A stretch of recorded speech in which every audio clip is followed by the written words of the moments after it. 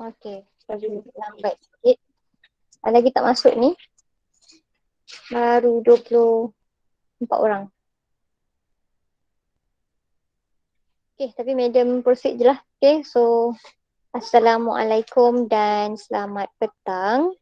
Okay, jadi hari ni kita akan sambung atau start new chapter lah, memandangkan kita dah habis previous chapter. Kita dah habiskan chapter 8, betul?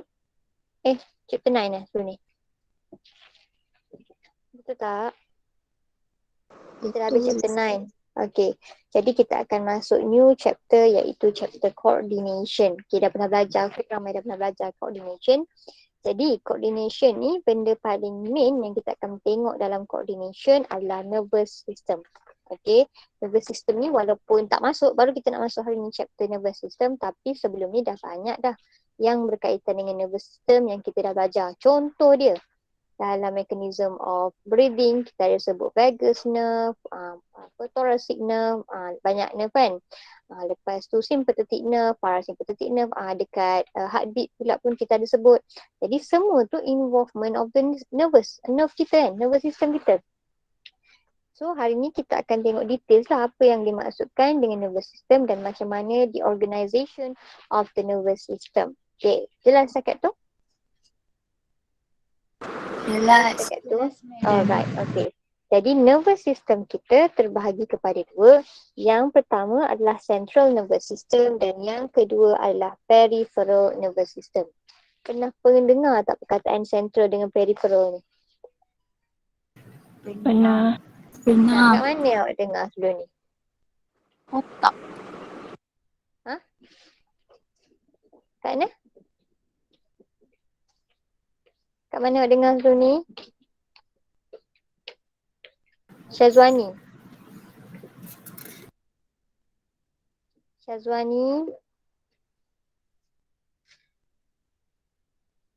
Ya, madam. Ya, kat mana awak pernah dengar perkataan central dengan peripheral? Bab 7, madam. Pasal control of breathing. Apa yang central, apa yang peripheral tu? Kita rujuk pada central apa, peripheral apa?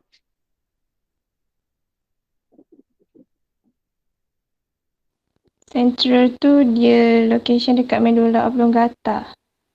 Central apa? Maksud madam central nervous ke? Central apa nama penuh dia yang kita jumpa sebelum ni, kita belajar sebelum ni? Central chemoreceptor. Yes, okay. So kita pernah tengok central chemoreceptor dan kita pernah jumpa peripheral chemoreceptor lah. Central chemoreceptor kita jumpa dekat medulla oblongata, iaitu a part of your brain lah. Jadi dekat sini kita tengok central nervous system. Banyak yang central ni. Central of respiratory center kita kan. Banyak lagi benda yang control tu terletaknya dekat brain. Sebab apa? Okay, sebab kita punya central nervous system adalah kita punya brain, iaitu tempat yang receive atau proses sensory information yang kita dapat terima. Initiate response, store, memories, generate stocks, emotion, semua benda lah yang kita buat ni memang datangnya daripada brain kita. Emosi kita yang mengawal kan, macam nak sedih ke, nak respon macam mana ke orang ni, nak simpan memori, semuanya brain buat, okay. Dan satu lagi adalah spinal cord. So spinal cord ni bahagian sambungan antara brain ke belakang lah kan. Jadi dia akan conduct signal kepada dan daripada brain, okay, kepada dan daripada brain. Okay, pernah tengok spinal cord? Tahu tak spinal cord tu macam mana? Tahu? Tahu. Okay, sekejap. Ada.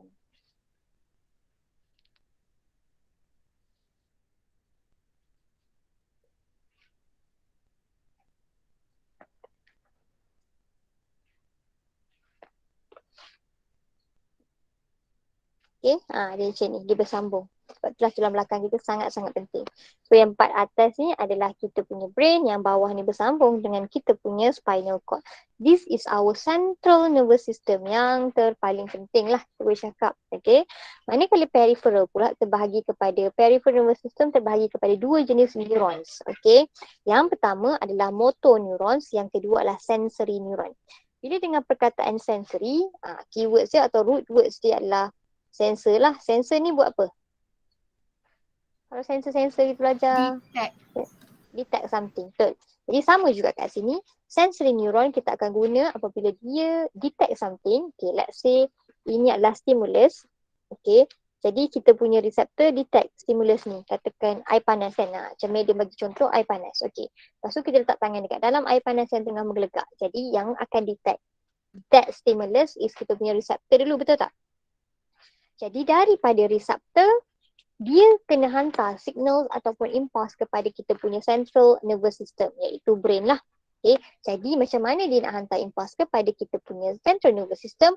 Menggunakan sensory neurons. Ini nama general dia. Mungkin dia akan dipecahkan kepada banyak jenis. Sebab tak belajar lah. Okay, sensory neuron awak cukup sekadar tahu dia yang menghantar impulse daripada sensory organs kepada central nervous system. Jelas setakat tu? Jelas. Jelas, okey. Motor neuron lah, motor ni macam pergerakan lah kan, motor bergerak. Jadi apa yang dia buat, lepas dah sampai dekat brain, okey, dia dah hantar impulse kepada brain. Brain ni perlu hantar impulse pula kepada effector. Effector kita adalah muscle. Sebelum ni pun Madam ada cakap kan, kita ada belajar dekat sebelum homeostasis, so kita ada belajar daripada stimulus pergi pada reseptor, reseptor pergi control system kita, hantar kepada effector. Sama lah macam tu. Jadi yang hantar impulse daripada brain kepada effector kita ataupun muscles and glands kita adalah kita punya motor neurons. Jelas? Jelas setakat tu? Jelas. Okey. So seterusnya kita akan tengok motor neuron ni terbahagi kepada dua. Yang pertama somatic nerve, yang kedua autonomic nervous system lah. Somatic nervous system adalah yang control kita punya voluntary movements. Okay, movements. Voluntary movement ni adalah movement yang kita control. Contohnya awak nak ambil pensel atas meja. Awak yang control. Awak hantar impulse kepada otak awak. Okay, so stimulus dia adalah penglihatan kita. Betul tak? Kita punya impulse kepada penglihatan kita.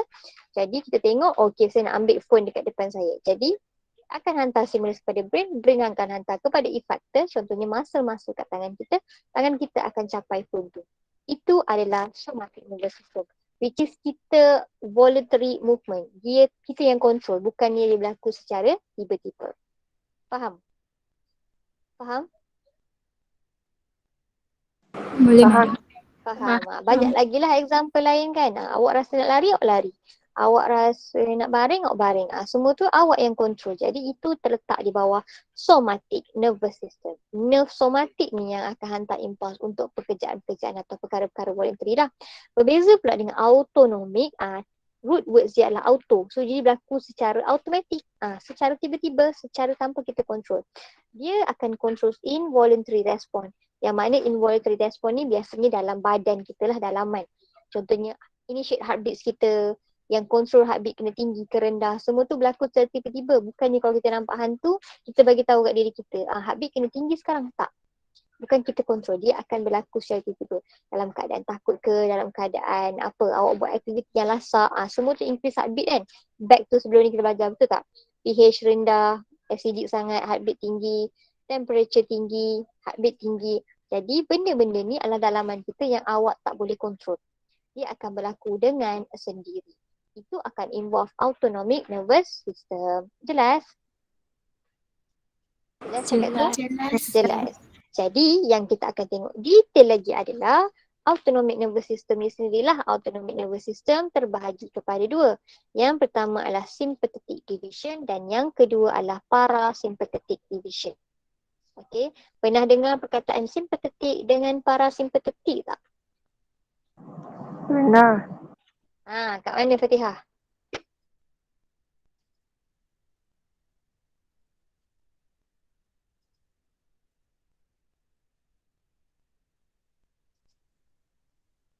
Fatihah? Dekat yang increase heartbeat apa semua tu kan, yang apa tu? Yang sympathetic nerve ya kalau dia stress, pasal kalau parasympathetic vagus nerve tu kalau dia relax apa semua tu. Okey, betul, tepat sekali. So sympathetic ni dia akan hantar melalui sympathetic nerve yang kita belajar untuk heartbeat sebelum ni kan. Dia akan menghantar melalui sympathetic nerve kalau keadaan kita berada dalam keadaan stres lah.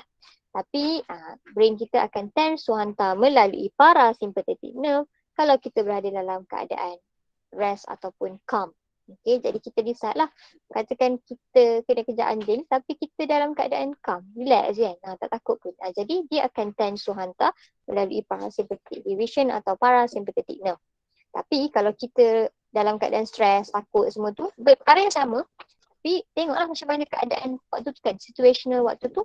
Jadi kalau dia stres, dia akan hantar impuls melalui sympathetic nerve. Jelas yang lain? Jelas? Jelas. Jelas. Okey. Jadi yang bawah ni hanyalah explanation yang samalah Madam dah cakap habis sebenarnya. So central nervous system adalah site of integration of information of nervous system yang coordinates all the actions. Okay. Dia adalah site of integration semua information dalam nervous system kita dan dia akan coordinates all action. So comprises of brain and spinal cord. Peripheral nervous system pula adalah comprised of sensory and motor neuron. Okay, dia akan connectkan CNS to the receptors and effectors. So dia punya rupa macam ni lah sebenarnya. Okay, receptor, sensory neuron pergi kepada CNS, CNS akan hantar melalui motor neuron kepada effector. Okay, nampak? Nampak? Dekat sini mungkin stimulus dia. Jelas tak? Jelas? Jelas. Okey.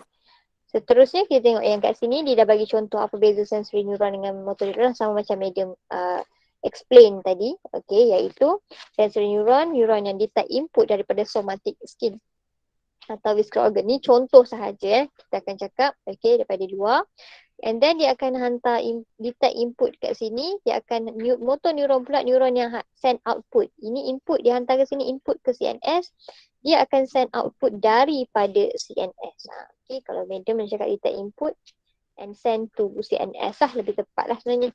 Okay, jadi somatic nervous system control voluntary response. Okay, manakala kita punya autonomic nervous system controls involuntary activities.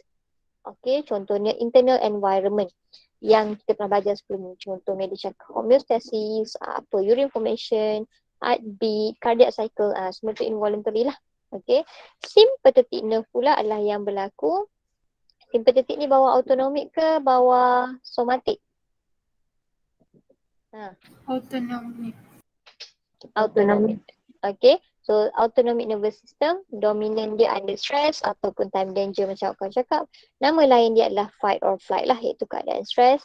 Dan parasympathetic adalah autonomic nervous system yang promote calming and return to normal, rest and digest. Ini terms yang digunakan. Okay, maknanya badan kita rest and digest, jadi dia normal lah. Okay, dapat setakat tu? Dapat, Madam. Dapat, okay. Yang ini adalah structure of neuron, which is Madam dah pernah explain, Madam rasa last semester, chapter 2, ada structure of neuron dalam connecting tissue. Kalau ingat lagi lah. Ingat tak? Ingat ke tidak? Ingat sikit-sikit. Ingat sikit-sikit. Okay. Jadi ini adalah kita punya neuron. One whole neuron. Okay. So neuron ni yang tengah besar ni adalah kita punya cell body. Okay. Yang bercabang-cabang kat luar ni adalah kita punya dendrites. Okay. Jadi dendrites ni adalah highly branches dan dialah yang akan receive input ataupun impulse dan conduct dia ke arah cell body. Okay. Jelas dekat tu? Dia akan hantar impuls kepada arah towards the cell body. Jelas? Cell body Jelas. kita adalah semualah cell body kita lah. Sebenarnya macam ni. Cell body keliling-keliling ni ada macam ni contoh. Jadi dia ada nucleus and other organelles. And then dia akan bersambung dengan one long tubule macam ni. Nama dia adalah axon. Okay. Apa function axon? Dia akan conduct the impulse yang diterima oleh cell body kita away from cell body. Jadi dia akan hantar ke sini. Okay. Dapat setakat tu? Dapat? Dapat. Okay. Dan sometimes axon kita dia kata akan di-covered oleh myelin sheath. Okay. Myelin sheath ni adalah electrical insulator, which is kita panggil penebat lah. Apabila dia di-cover oleh myelin sheath, okay, so myelin sheath adalah electrical insulator. Okay. ruang ataupun rongga between satu myelin sheet dengan another myelin sheet yang nampak axon ni, kita panggil dia sebagai node of Ranvier, iaitu gaps between myelin sheet. Okay, cakap kat sini where signals jump to the next node.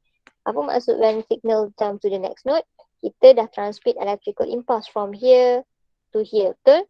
Jadi signal tak boleh lalu terus axon sebab dia ada kawasan yang ada insulator. So instead of dia flow normally, dia akan jump between one node of Ranvier to another node of Ranvier. Jelas? Jelas, tak kat tu? madam. Jelas, okay. Seterusnya adalah synaptic knob. Synaptic knob adalah, nampak tak yang macam bulat sikit ujung ni? Synaptic terminal ataupun synaptic knob. Okay. Apa function synaptic knob? Dia adalah the end of the neuron. Di mana electrical impulse kita akan generate chemical signal ataupun chemical impulse pula. Sebab daripada satu neuron nak pergi ke another neuron, let's say dekat sini ada satu lagi neuron yang lain, bersambung. Okay. Kita panggil ruang antara dua ni adalah synapse. Jadi dekat sini, dekat dalam synaptic knob ni yang bulat ni, electrical impulse kita ataupun electrical impulse akan generate chemical impulse. Sebab dari sini nak pass kepada next neuron, kita tak boleh paskan melalui electrical impulse. Dia kena tukar dulu dalam bentuk chemical signal ataupun chemical impulse. Jelas? Faham tak? Jelas, madam. Jelas. Macam chemical energy kan, kita ada banyak jenis energy. So impulse pun ada banyak lah. Daripada electrical impulse kita tukar kepada chemical signals, iaitu neurotransmitter lah kalau ingat lagi. Okay, jelas cakap tu? Jelas. Jelas. Okay. Yang kedua ni adalah formation of resting potential dengan action potential, which is proses lah, dah start proses lah kat sini. Jadi disebabkan dah start proses kat sini, madam takkan explain lagi. Madam nak explain dalam face to face esok. Jadi madam akan skip that one dengan formation of action potential dan kita akan tengok terus kepada C. Okay, ada? Jumpa? Jumpa, madam. Okay.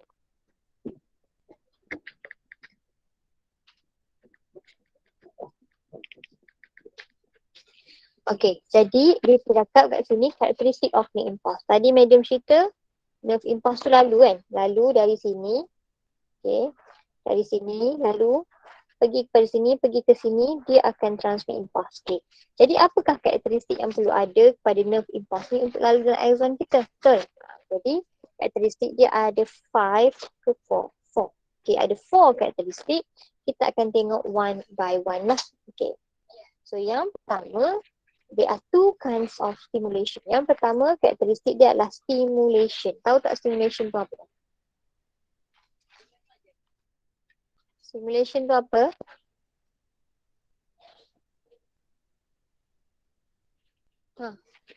Apa maksud stimulation? Yes, yang something that stimulate something others to happen kan. So stimulation lah.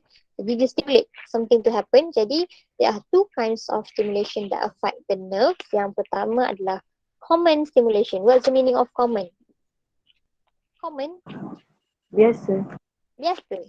Situational? Depends on certain situation. Situational based on certain situation. Maknanya awak faham je sebenarnya kan? Tengok perkataan tu dah faham dah. Oh, yang ni common stimulation. Maknanya stimulation yang biasa berlaku.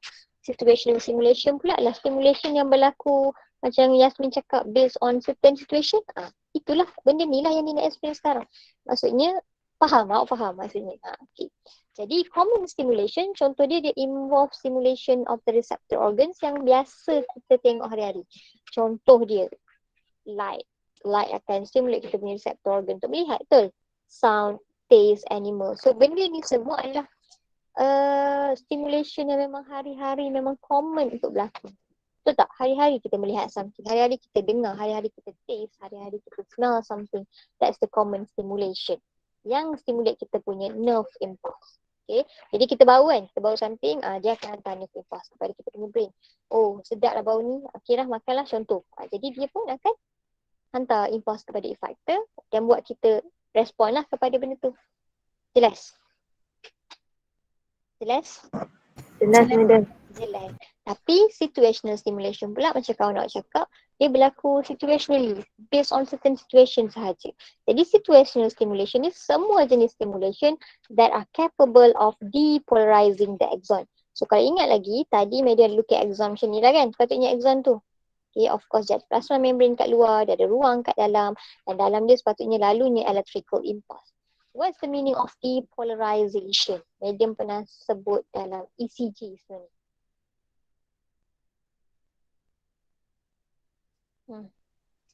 Maksud dia depolarize tu apa? Alif Nadia.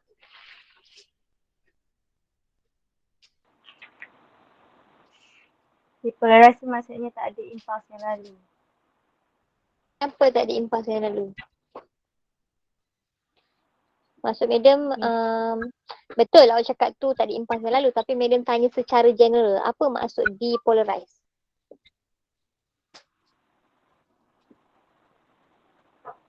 Tak ada changes charge luar dan dalam membrane. Yes, betul. Dia changes in charge berlaku. Apa maksud changes in charge adalah asalnya kalau let's say dalam negatif, luar positif, tapi apabila berlakunya ataupun lalunya impuls kita akan berlaku perubahan charge, di mana yang positif ni semula jadi negatif lah tiba-tiba kan, perubahan charge.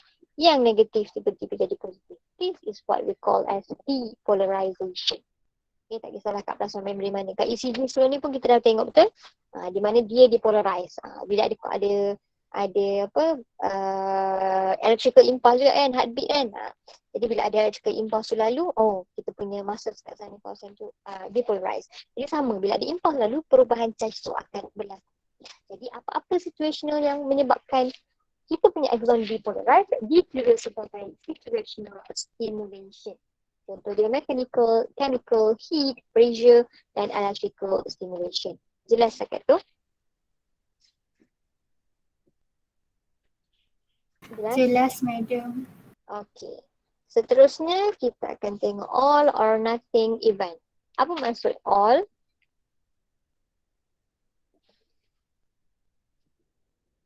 Maksud all? Semua. Semua. Apa maksud nothing? Tak ada apa-apa. Tak ada apa-apa. Jadi dia punya faktor kedua lah semua atau tak ada apa-apa. Betul. All or nothing event. Sama ada dia akan berlaku secara keseluruhan atau dia tak berlaku langsung. All or nothing event. Jadi apa yang berlaku atau tak berlaku tu? Iaitu action potential. Mereka tak ajar lagi action potential. Tapi this is action potential. Okay, apa yang berlaku charge keluar masuk. Okay, besok dia akan explain esok lah. Basically, waktu resting potential yang ini, waktu kita punya membrane tengah rehat, tak ada apa-apa kan. Jadi semua channel close, tak ada charge keluar masuk. Jadi tak berlaku perubahan charge, kita panggil dia sebagai resting lah. Depolarize ni yang kita cakap tadi kan. Depolarize apabila ada something yang open, gate apa-apa open, ada charges masuk, ada ions masuk dan keluar, menyebabkan berlaku perubahan charge. Perubahan charge ni dikira dalam bentuk membrane potential MV. Okay, tapi action potential kita hanya akan distimulate kalau kita punya membrane potential reach at the threshold level, iaitu negative 55. Okay, ni kita punya ni lah juga impulse punya laluan ni kan, membrane potential kita kalau sampai negative 55 barulah dia akan trigger action potential. Kalau tak sampai negative 55, let's say kita punya impulse tu sampai sini je. Macam mana? Macam mana? Adakah dia akan trigger juga action potential or not? Ni negative 55. Tak, dia tak akan trigger. Yes, tidak. Sebab dia kena capai threshold level, barulah dia akan generate action potential. Jadi, action potential either happens completely or does not happen at all. Action potential can only generate if the stimulus strong enough to depolarize axon membrane above threshold level negative 55. Maksudnya, action potential ni hanya akan generate if the stimulus is strong enough. Apa maksud stimulus yang tak strong? Contoh semut lalu kan kat atas tangan kita. Kadang-kadang tak sedar pun, betul tak? Betul? Betul. Betul. Betul. Itu contoh stimulus yang tak strong. Bila awak tak sedar pun benda tu ada dan awak tak rasa apa-apa, awak perlu sampaikan stimulus kepada otak awak. Awak tak ada efektor pun yang keluarkan arahan kepada masa ke semut tu sebab awak tak sedar pun benda tu ada. Itu contoh stimulus yang sangat light lah, tak strong enough lah. Jadi bila stimulus tu tak strong enough, dia tak akan depolarize the ion. Membran kita punya membran potential tu tak akan capai negative 55. Okay, jelas cakap tu? Jelas? Semula madam. Okay. Kalau kita punya stimulus tak strong enough, faham Syarul? Faham. Stimulus tu apa-apa je lah, dia boleh jadi apa-apa je. Contoh bau ke, apa-apa je stimulus tu.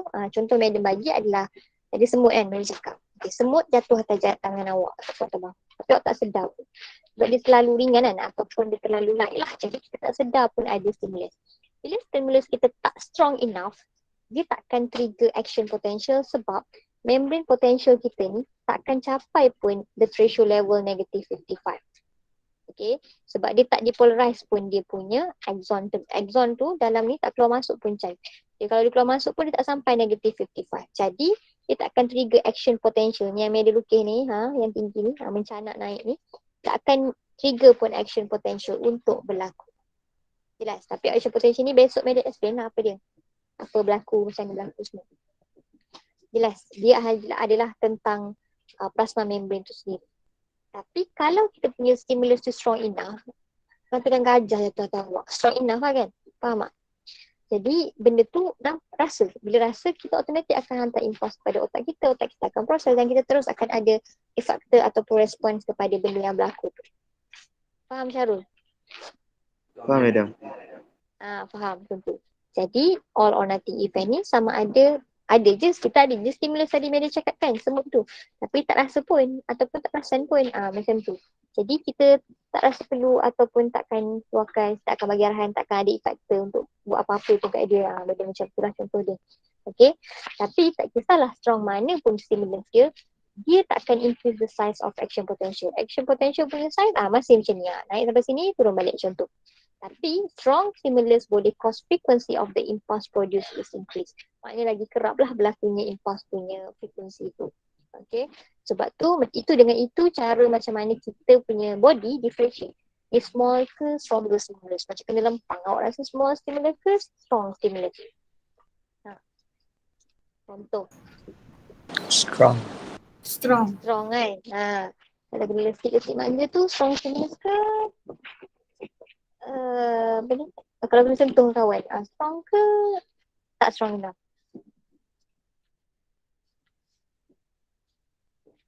Kena sentuh saja. Strong. Okay. Depends lah. Kalau dia tekan kuat-kuat, strong lah kan. So dia depends lah on keadaan tu sebenarnya. So dengan tu, bila frekuensi tu banyak kan, frekuensi tu kerap. Jadi kita pun aware lah, body kita differentiate. Dia small ataupun stronger stimulus. Okay. Media ada bagi video tak hari tu?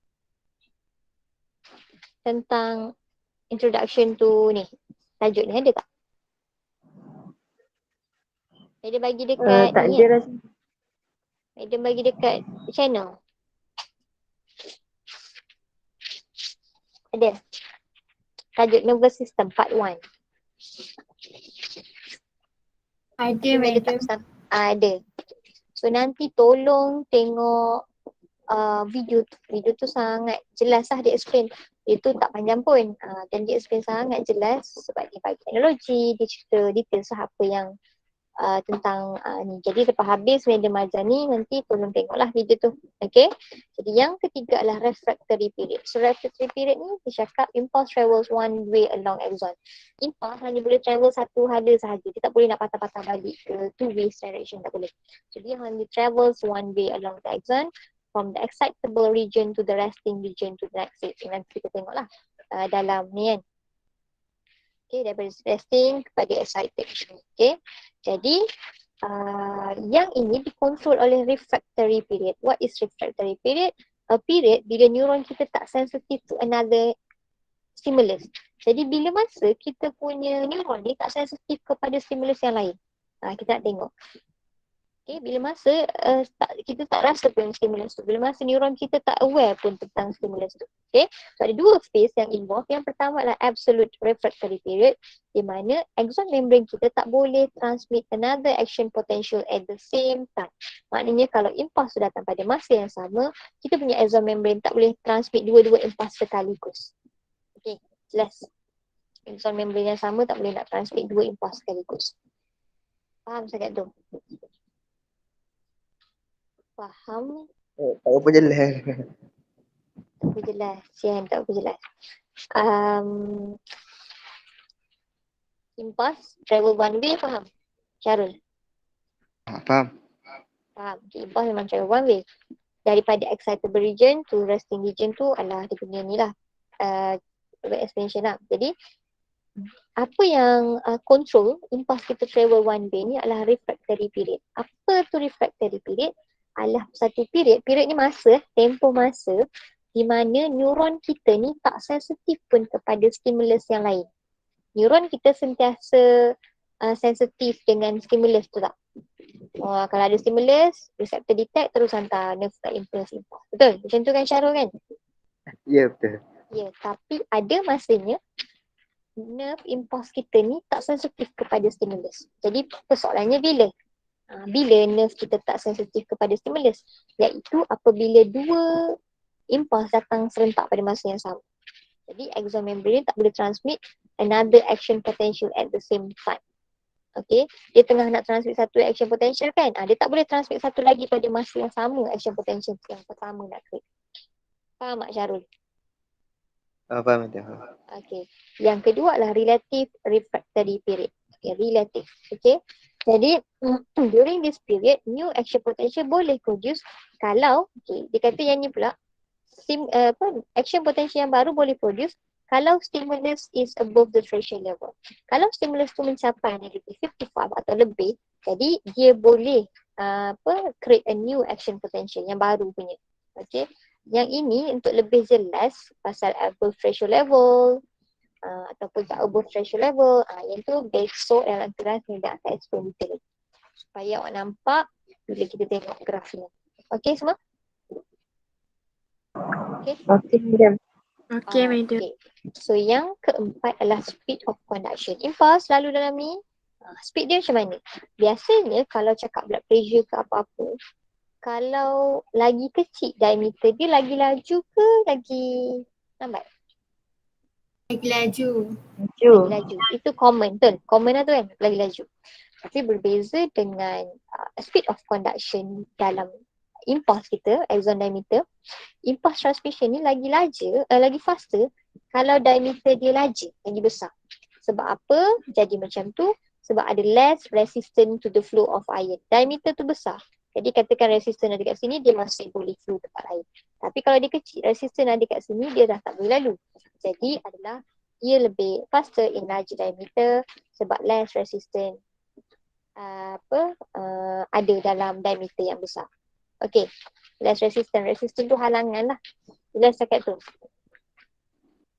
Jelas. Jelas. Yang seterusnya adalah myelination of the neuron. Myelination ni apa? Tadi Media sebut. Myelin sheet tu. Myelin sheet, iaitu kita punya electrical insulator. Okay, so electrical insulator kita adalah penebat. Jadi bila penebat, macam Media cakap tadi, dia tak akan lalu dekat kawasan yang myelinated sheet ni. Dia akan jump. So jumping of the impulse akan increase the speed of impulse transmission. Okay, jelas? Nama impulse yang jump-jump ni kita panggil saltatory conduction. Boleh setakat tu?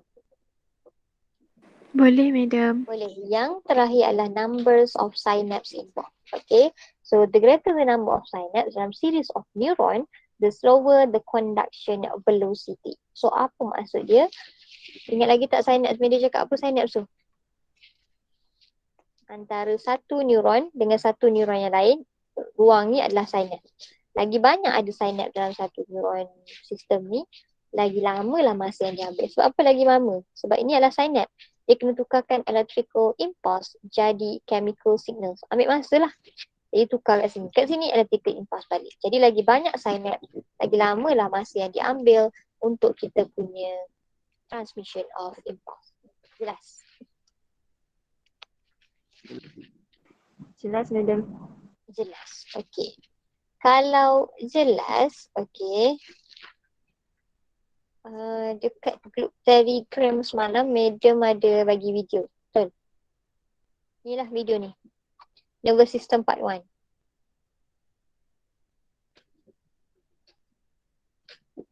Nampak ke? Medium present nampak oh. Nampak, madam. Nampak Jadi sekarang masa tak habis lagi kan, lagi 15 minit. Video ni pun tak lama macam rasa.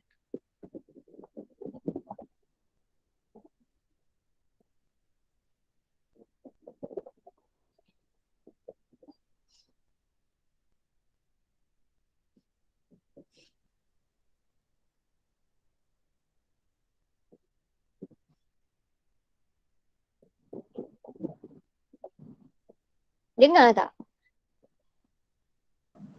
Tak. Tak dengar. Macam mana nak bagi dengar?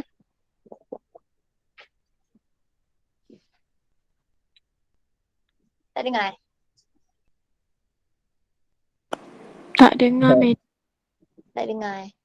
Kalau tak dengar, maksudnya tengok sendirilah kot.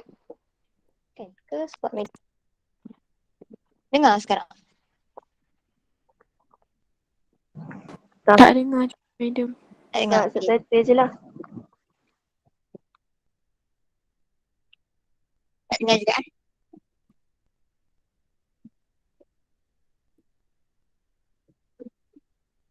Dengar tak? Dengar tak? Tak dengar. Okey, tak apa. Kalau gitu, Medium nak tengok video tadi tu. Okay, dekat kita punya channel. And then Medium nak semua orang keluarkan poin-poin yang dia cakap. Besok dalam kelas Medium nak tanya semua. Boleh? Boleh, madam. Tengok sampai habis sebab Medium tak nak poin yang berulang. Medium tak nak poin yang berulang. Banyak benda dia cakap. Tengoklah sambil tekan pause-pause tu, tengok satu-satu apa yang dia cakap, apa contoh yang dibagi. Banyak sangat contoh dibagi dan sangat faham lah. So lepas habis part 1, nanti Medium nak awak terus tengok part 2. Sebab part 2 tu ada involve untuk esok punya kelas. Tapi untuk sekarang masa Medium, tolong tengok part 1 dulu. Catat sikit kat atas nota, atas mana-mana apa poin-poin yang dia cakap, apa contoh-contoh. Barulah awak faham. Okey, jelas setakat tu? Jelas, madam. Jelas, madam. Kalau tak ada apa-apa, itu sahaja untuk hari ini. Thank you. Thank you, madam. Malam. Thank you. Thank you, madam. Okay. Thank you.